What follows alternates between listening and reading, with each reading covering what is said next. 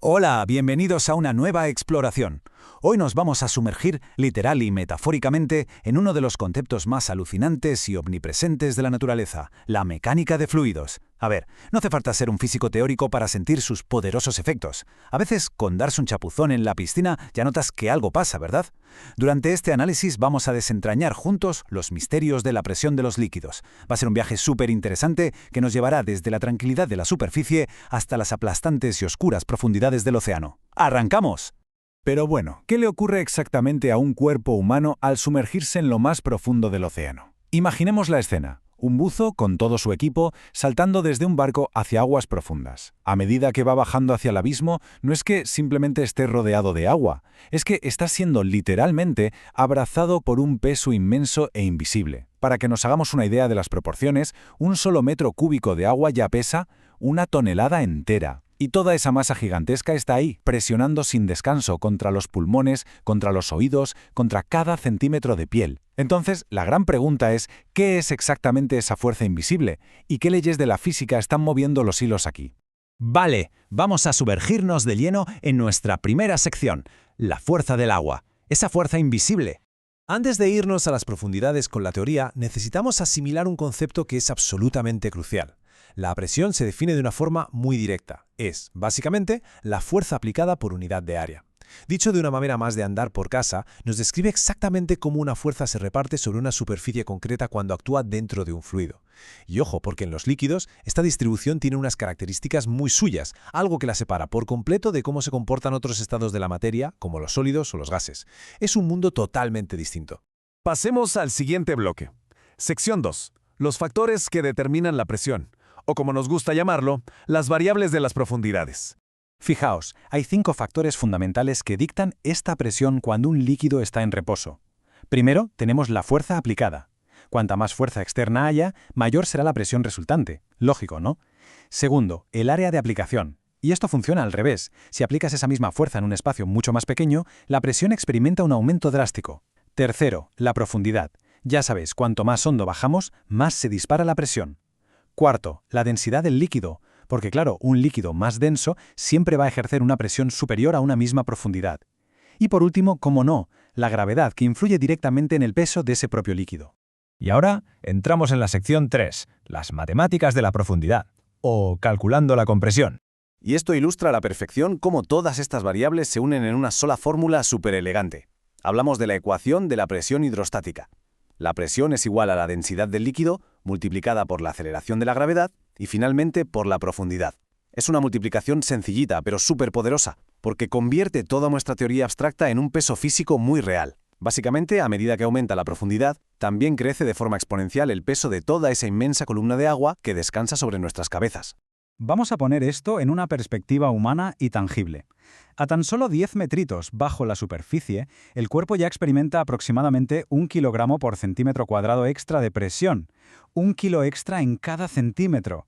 Y un detalle vital. Esto se suma a la presión atmosférica normal que los seres humanos ya soportamos en la superficie. Como veis, es un cambio ambiental sumamente drástico en una distancia vertical muy corta. Y la cosa sigue, porque la intensidad física escala de una forma perfectamente lineal. Al descender el doble de distancia, a 20 metros, la presión adicional se duplica, alcanzando unos 2 kilos por centímetro cuadrado adicionales la contundencia de esta progresión. Hace que el entorno se vuelva realmente implacable, obligando a los buceadores a seguir unos protocolos de seguridad estrictos y metódicos bajo el agua. No hay margen para el error. Y la escala no frena ahí. Al llegar a la marca de los 30 metros, la intensidad acumulada es ya bastante severa. Estamos hablando de aproximadamente 3 kilos por centímetro cuadrado adicionales, presionando el cuerpo desde todos los ángulos concebibles. A esta profundidad, semejante compresión empieza a tener un impacto fisiológico profundo y peligroso. Los espacios vitales llenos de aire dentro de la anatomía humana, especialmente órganos tan delicados y esenciales como los pulmones y los oídos, se encuentran bajo un estrés mecánico bestial para intentar equilibrar este tremendo peso exterior. Pasemos a ver cómo evoluciona esto en nuestra cuarta sección, el principio de Pascal, confinando la fuerza. A ver, hasta ahora hemos estado hablando de fluidos abiertos, que ya hemos visto que están fuertemente dictados por la profundidad y la gravedad. Pero, ¿qué pasa cuando un fluido se confina en un recipiente cerrado? Pues que las reglas del juego cambian drásticamente. Entra en acción una mecánica mucho más estructurada y cerrada, donde la física da un giro que es, sinceramente, fascinante. Ese principio que cambia las reglas es el famosísimo principio de Pascal. Establece algo increíble. Cualquier cambio de presión que se aplique a un fluido incompresible y que esté confinado se transmite de manera completamente íntegra y uniforme en todas las direcciones posibles. Llega con la misma fuerza a todos los puntos del fluido y a las paredes del recipiente que lo contiene. El detalle vital aquí es la acción de atrapar un líquido que no se puede comprimir. Al aplicar una fuerza externa en ese estado cerrado, estamos alterando fundamentalmente cómo viaja y se distribuye esa fuerza. Y ojo, porque el principio de Pascal no es una simple curiosidad de laboratorio. Para nada. Es el gran secreto detrás de maravillas de la ingeniería moderna, como las prensas hidráulicas. Al utilizar estos líquidos confinados, es posible tomar una fuerza inicial supermodesta y multiplicarla de una manera espectacularmente eficiente. Es pura mecánica de fluidos haciendo el trabajo duro para levantar maquinaria industrial, piezas colosales y vehículos inmensos, como si carecieran por completo de peso. Así que el punto clave aquí nos lleva a nuestra última sección, el poder de la hidrostática, el estudio de los líquidos en reposo.